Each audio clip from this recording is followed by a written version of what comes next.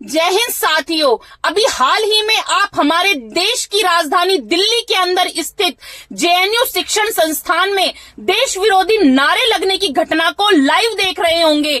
साथियों, यह शिक्षण संस्थान कम और आतंक की दुकान ज्यादा नजर आता है। यह लोग मोदी शाह की कब्र खोदने की बात कर रहे हैं। यह लोग देश के टुकड़े टुकड़े करने की बात कर रहे हैं।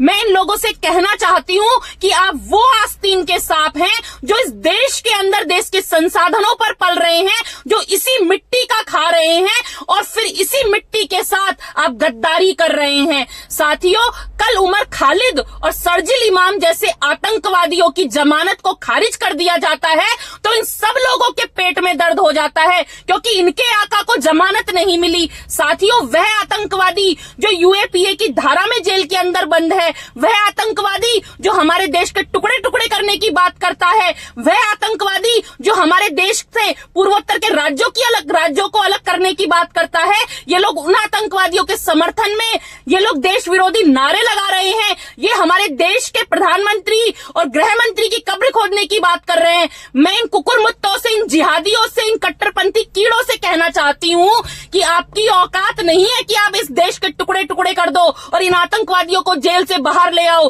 क्योंकि मोदी और शाह के नेतृत्व में इस देश में आतंकवाद, अलगाववाद और जिहादियों की कब्र खुदेगी। इस देश में आप कभी भी अपने आतंक और अलगाववाद की दुकान चलाने में कभी भी सक्षम नहीं हो पाएंगे।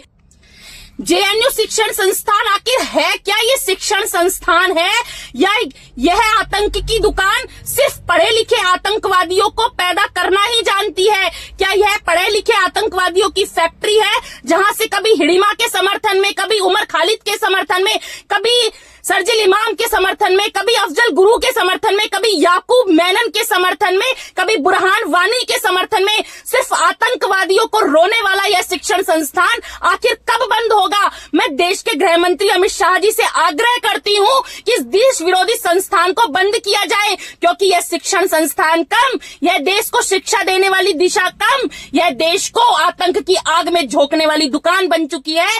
कृपया इस शिक्षण संस्थान के खिलाफ एक्शन लिया जाए।